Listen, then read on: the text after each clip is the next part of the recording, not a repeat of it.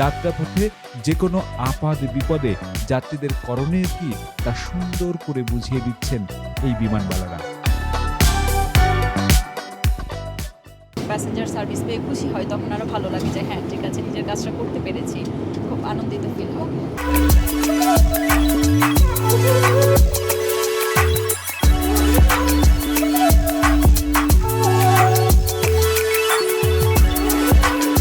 আকাশে ভেসে চলা রঙিন স্বপ্নের এক অনন্য নাম বিমানবালা। তাদের পরিপাটি পোশাক, মিষ্টি হাসি আর বিশ্ব ভ্রমণের জীবন যেন অনেকের কাছেই ঈর্ষণীয়। কিন্তু আপনি কি জানেন এই চাকরির পেছনে লুকিয়ে আছে এমন অনেক তথ্য যা হয়তো কখনো ভাবেননি? আজ আমি জানাবো বিমানবালাদের জীবনের 10টি এমন মজার এবং চমকপ্রদ দিক যা জানলে আপনি শুধু অবাকই হবেন না, তাদের প্রতি নতুনভাবে শ্রদ্ধাও জন্মাবে। চলুন বিমানবালাদের সেই অজানা গল্পগুলো শুনে নেওয়া যাক। This is Flight Stewardess Hamida Adul welcoming you on board our flight number BG. একাধিক ভাষায় কথা বলা এ যেন তাদের নিত্যদিনের ব্যাপার। চিকেন, বিফ না পাস্তা, এই প্রশ্নটা তারা কেবল ইংরেজিতেই করেন না, অধিকাংশ বিমানবালায় অন্তত 3টি ভাষায় অর্ডার নিতে পারেন, যেমন ইংরেজি, ফরাসি ও আরবি। আর লোকাল ভাষা তো রয়েছে। বিশ্বের বিভিন্ন যাত্রীর সঙ্গে কথা বলতে পারাটাই তাদের পেশাগত দক্ষতার অন্যতম অংশ। আসলে একজন কেবিন ক্রুর অন্যতম গুরুত্বপূর্ণ দক্ষতা হলো বহু ভাষায় পারদর্শিতা। 2 থেকে 3টি ভাষায় কথা বলতে পারা আবশ্যক। যেমন ধরুন, একজন এমিরেটস বা কাতার এয়ারওয়েজের কেবিন ক্রু জানেন ইংরেজি, আরবি ও ফার্সি ভাষা। ইউরোপের অনেক এয়ারলাইন্সের কেবিন ক্রুরা জানেন জার্মান, স্প্যানিশ ও ইংরেজি। এশিয়ান ক্যারিয়ারগুলো যেমন Cathay Pacific, Singapore airlines, Chinese, Japanese, Malay ইত্যাদি ভাষা। একটি এয়ারলাইন্সের প্রতি বিশ্বস্ততা গড়ে তুলতে এই ভাষা খুবই গুরুত্বপূর্ণ। একজন যাত্রী তার মাতৃভাষায় সেবা পেলে তা শুধু সেবাই নয়, এক ধরনের সংযোগ সৃষ্টি করে। এতে যাত্রী সন্তুষ্ট থাকে, বারবার ওই এয়ারলাইন্সেই ভ্রমণ করতে চায় ওই যাত্রী। যেমন ধরুন, বিমান বাংলাদেশ এয়ারলাইন্সে বাংলায় কথা বলে কেবিন ক্রুরা। সেই ক্ষেত্রে এই যাত্রী সবসময় চাইবে বাংলাদেশি এয়ারলাইন্সেই ভ্রমণ করতে। আবার ধরুন, কোনো যাত্রী যদি বিমানে অসুস্থ হয়ে পড়েন অথবা নিরাপত্তা সংক্রান্ত কোনো নির্দেশনা দিতে হয়, ভাষা সেখানে জীবন মরণের পরিস্থিতির নির্ধারণ করতে পারে। আকাশে ওড়ার নেশা একবার শুরু করলে নামা কঠিন। বিমানবালাদের কাছে আকাশে ওড়া শুধু চাকরি নয়, এটা এক ধরনের আসক। অনেকেই বলেন 5 বছর ফ্লাইট অ্যাটেন্ডেন্ট হিসেবে কাজ করার পর আর অন্য কোনো পেশায় মন বসে না তাদের। মন যেন সারাক্ষণ আকাশেই ভেসে বেড়ায়। আপনাদের সার্ভিসটা দেন কেমন লাগে? আলহামদুলিল্লাহ, অনেক ভালো লাগছে। হ্যাঁ, সার্ভিস দিতে ভালো লাগে, প্যাসেঞ্জারের সাথে কথা বলতে, গ্রিটিং করতে, সব কিছুই ভালো লাগে। আর যখন প্যাসেঞ্জার সার্ভিস পেয়ে খুশি হয়, তখন আরো ভালো লাগে যে হ্যাঁ ঠিক আছে, নিজের কাজটা করতে পেরেছি, খুব আনন্দিত ফিল হয়। প্রথম যেদিন একজন কেবিন ক্রু আকাশে ওড়েন, সেটি হয়তো কেবল পেশাগত দায়িত্ব পালন, কিন্তু ধীরে ধীরে সেই ওড়া হয়ে ওঠে জীবনের অংশ। ভোরের আলোয় রওনা, সন্ধ্যায় নতুন শহরের হোটেল, রাতের আকাশে তারার নিচে একাকী ডিউটি, এই সব কিছুই হয়ে ওঠে এক অন্তর্গত অভ্যাস।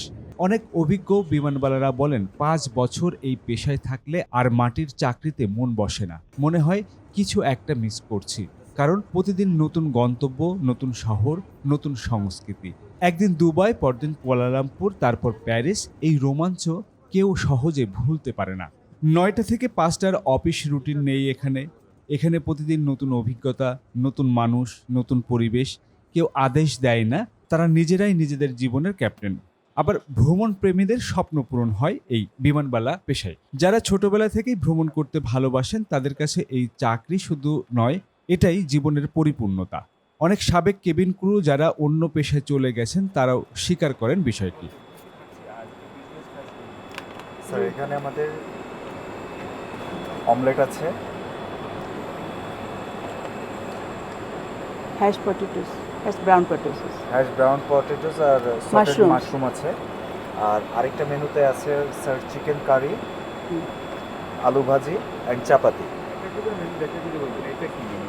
এটা হচ্ছে স্যার হ্যাশ ব্রাউন পটেটোর সাথে অমলেট এবং সটেড মাশরুম।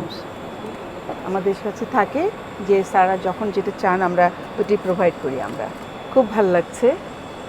অনেক ভালো লাগছে, আমরা এক্সাইটেড। আসলে এই পেশায় যারা আসেন তারা কেবল বেতন বা সুবিধার জন্য নয়, তারা আসেন ওড়ার জন্য, দেখতে চাওয়ার জন্য, জানার জন্য, বাঁচার জন্য। আকাশ ওড়ার এই আসক্তি কখনো থামে না, শুধু রুট বদলায়। নতুন শুরু, নতুন যাত্রী, নতুন অভিজ্ঞতা, সব মিলিয়ে জীবন হয় অদ্ভুত সুন্দর এবং একই সঙ্গে চ্যালেঞ্জিং। বন্ধুত্ব, গল্প, চঞ্চলতা সবটাই হয় প্লেনের ভেতরেই। বিমানবালারা একসঙ্গে অনেক সময় কাটান, অথচ অধিকাংশ সময় তারা আগে কখনো একে অপরকে দেখেননি। অল্প সময়ের মধ্যে তারা হয়ে ওঠেন ঘনিষ্ঠ, গল্প হয়, হাসাহাসি হয়। এ যেন এক ভ্রাম্যমান বন্ধুত্বের জগৎ। যাত্রা শুরু। আশা আপনিও আমাদের একজন যাত্রী, আশা করি আপনি এই রেজাল্টটা এখন পর্যন্ত ফিল করতে পারছেন। সো বেসিক্যালি আমরা আসলে প্যাসেঞ্জারকে সবসময় আমাদের সর্বোচ্চটা দেওয়ার চেষ্টা করি। সবসময় হাসি খুশি, কিন্তু কেন? তাদের হাসি মুখ দেখে অনেকেই ভাবেন জীবন বুঝি ফুলের মতো, কিন্তু এই হাসির পিছনে লুকিয়ে থাকে অনেক গল্প, ক্লান্তি, মানসিক চাপ ইত্যাদি। তারপরও প্রতিটি যাত্রায় তারা যাত্রীদের সামনে থাকেন এক চেনা হাসি নিয়ে। এটাই পেশাদারিত্ব।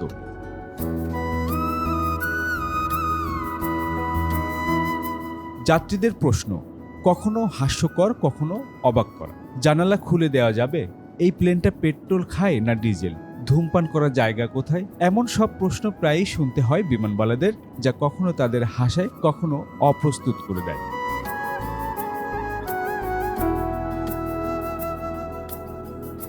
খাবার সার্ভ করাই সব নয়। অনেকেই ভাবেন বিমানবালাদের কাজ মানে শুধু খাবার দেওয়া, কিন্তু বাস্তবে তাদের 98% প্রশিক্ষণ হয় নিরাপত্তা, জরুরি পরিস্থিতি, সিপিআর, ফায়ার ফাইটিং, সমুদ্রে অবতরণ, ওষুধ প্রয়োগ ইত্যাদি বিষয়ে। তারা শুধু আতিথেয়তায় নয়, জীবন বাঁচাতেও পারদর্শী।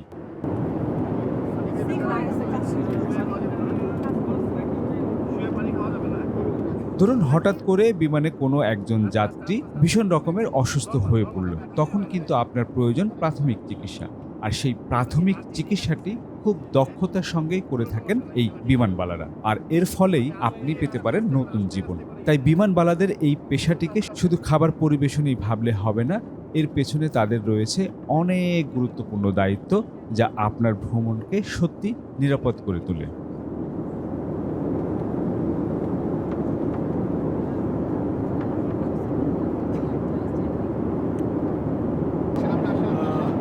এই ফ্লাইটে একজন যাত্রী হঠাৎ করে অসুস্থ হয়ে পড়েছে এবং তাকে বিমানের যে কর্মীরা আছেন, কেবিন ক্রুরা আছেন এবং একজন ডাক্তারও এই ফ্লাইটে ছিলেন, তাকে ডাকা হলো এবং তিনি দেখলেন, তার চিকিৎসা করালেন।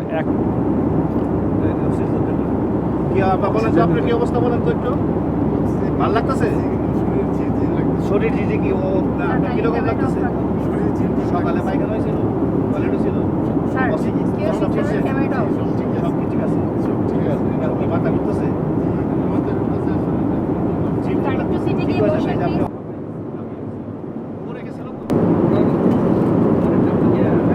উনি যেভাবে বললেন ওইভাবে আমরা বাকিটা ট্রিটমেন্ট দিচ্ছি। শুধু অক্সিজেন দেওয়ার পরে একটু ভালো হয়েছে। আসলে 50% ভাইয়া কেমন লাগছে এখন আপনার? টেনশন করেন না, কোনো টেনশন নেন না, ডাক্তার আছে, ওনারা আছেন। জি জি জি, থ্যাংক ইউ। জি, হঠাৎ করে সেন্সলেস হয়ে গেছিলাম, শরীর ঝিমঝিম করতেছিল, মাথা ঘুরাই দিয়েছিল। খাওয়া দাওয়া করছিলেন? জি। খাওয়া দাওয়া হয়েছিল? হ্যাঁ। ঠিক হয়ে যাবেন ইনশাআল্লাহ। প্রায় 40,000 ফুট উপর দিয়ে বিমান যখন সিঙ্গাপুরের পথে, তখন চোখে পড়ল বিমানবালাদের কর্মব্যস্ততা। হাসি মাখা মুখ আর আন্তরিকতায় যাত্রীদের খাবার দিতে ব্যস্ত সবাই। ট্রলি ডলি বলা কেন অপমানজনক? বিমানবালাদের কেউ কেউ কখনো ট্রলি ডলি বলে ডাকেন।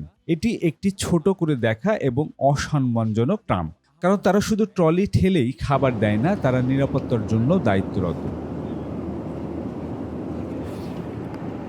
উচ্চশিক্ষিত ও বহু ব্যাকগ্রাউন্ড থেকে আসা মানুষ এই বিমানবালারা। অনেক বিমানবালা আগে ছিলেন শিক্ষক, নার্স, আইনজীবী বা কর্পোরেট কর্মী। এই পেশায় আসার পরও অনেকেই পড়াশোনা চালিয়ে যান, কেউ কেউ পাইলট হওয়ারও প্রশিক্ষণ নেন। আজকের এই রোম ফ্লাইটে কি কি মেনু থাকছে, আসলে যাত্রীদের জন্য কি কি খাওয়াচ্ছে, সেটি আসলে একটু জানতে আসি। আপা কেমন আছেন? কি কি খাওয়াচ্ছেন আজকে সবাইকে? এখন আমাদের সেকেন্ড সার্ভিস চলতেছে, তো এখন ব্রেকফাস্ট আছে। এরপর যাত্রাপথে যে কোনো আপাদ বিপদে যাত্রীদের করণীয় কি তা সুন্দর করে বুঝিয়ে দিচ্ছেন এই বিমানবালারা। শুধু নারী নয়, বয়স নয়, আকাশ সবার জন্য। বিমানের কেবিন ক্রু মানেই যে তরুণী, ফর্সা আর সুন্দরী, এই ধারণা এখন বদলে যাচ্ছে। এখন বিশ্বের বহু দেশে বিভিন্ন বয়স, গড়ন এবং লিঙ্গের মানুষ কেবিন ক্রু হিসেবে কাজ করছেন। তাদের প্রধান যোগ্যতা হলো দক্ষতা ও সেবার মানসিকতা, বয়স বা সৌন্দর্য নয়। তাই যারা ভেবে থাকেন যে সুন্দর নারী মানেই কেবিন ক্রু, বিষয়টি আসলে তা নয়। এই ফিতা টেনে সুবিধা মতো বেঁধে নেবেন। ফিতার অবশিষ্ট অংশ কোমরে গুঁজে নেবেন। এই লাল বোতামগুলো টেনে জ্যাকেটে বাতাস ভরে বিমান থেকে বের হতে হবে। এই নল দুটোতে ফু দিয়েও জ্যাকেটে বাতাস ভরা যায়। দীর্ঘ যাত্রায় তাদের থাকে গোপন রেস্ট কম্পার্টমেন্ট। বহু আন্তর্জাতিক ফ্লাইটে বিমানের ভেতরে থাকে একটি ঘুমানোর জায়গা, ছোট ক্যাপসুলের মতো। সেখানেই কেবিন ক্রুরা পালাক্রমে বিশ্রাম নেন।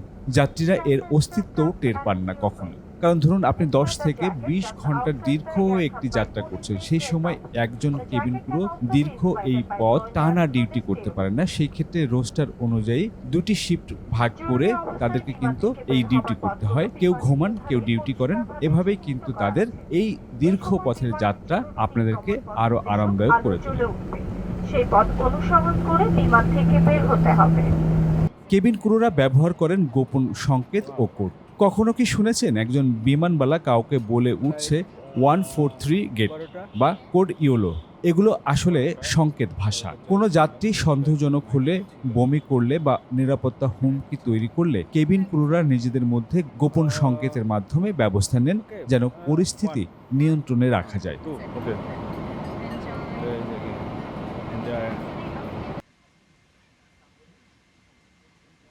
ফ্লাইটের পর তাদের জন্য থাকে আকর্ষণীয় সুবিধা, বাড়ি ভাড়া, ট্রান্সপোর্ট, খাবার ভাতা, আন্তর্জাতিক hotel discount, duty free shop, এমনকি পরিবারের জন্য ফ্লাইটে ছাড়। সবই থাকে তাদের জীবনযাত্রার অংশ। দুবাই, সিঙ্গাপুর বা দোহা ভিত্তিক কোনো কেবিন ক্রুরা এই সুবিধা সবচেয়ে বেশি পান। ওকে, কাম। High. So tell me, what would you like for your appetizer? Appetizer. So there's do you want me to, so you get to choose one. বিমানবালাদের দৈনন্দিন জীবন কঠিন ও অনিশ্চিত। বাড়ি থেকে দূরে থাকা, সপ্তাহে 3টি ভিন্ন টাইম জোনে থাকা, পরিবার থেকে বিচ্ছিন্নতা, এসব তাদের জন্য সাধারণ ঘটনা। তারপরও তারা প্রতিটি যাত্রায় পেশাদার, সংযত এবং মনোযোগী।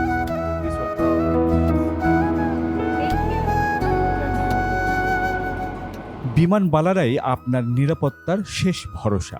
বিমান দুর্ঘটনা হোক বা হঠাৎ হৃদরোগ, শিশু স্বাস্থ্য হোক বা কোনো যাত্রী আগ্রাসী হয়ে উঠুক, প্রথম ব্যবস্থা নেয় কেবিন ক্রুরাই। ফ্লাইট ডাক্তার ছাড়াই চালানো হয়, কারণ কেবিন ক্রুরাই হন ফার্স্ট রেসপন্ডার।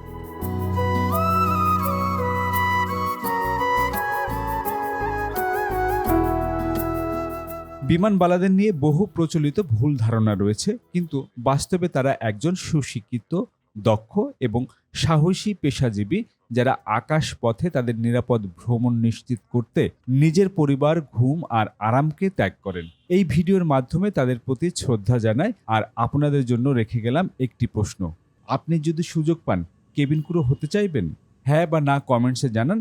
যদি আপনার এই ভিডিওটি ভালো লেগে থাকে তাহলে অবশ্যই শেয়ার করে রাখতে পারেন। আর আগামীতে এ ধরনের ভিডিও পেতে অবশ্যই আমার চ্যানেলটি সাবস্ক্রাইব করুন এবং বেল বাটনটিতে চাপ দিয়ে রাখুন। তো ভিউয়ার্স, আমি জুলহাস কবির বিদায় নিচ্ছি আজকের মতো। দেখা হবে আবারও নতুন কোনো ভিডিওতে। সে পর্যন্ত ভালো থাকুন, সুস্থ থাকুন এবং নিরাপদে আকাশ পথে ভ্রমণ করুন। আপা, ধন্যবাদ। অনেক ভালো সেবা পেয়েছি আপনাদের কাছে। আশা রাখি আবারও বিমানের ফ্লাইটে আপনাদের সাথে দেখা হবে। ইনশাআল্লাহ। Thank you. Thank you so much.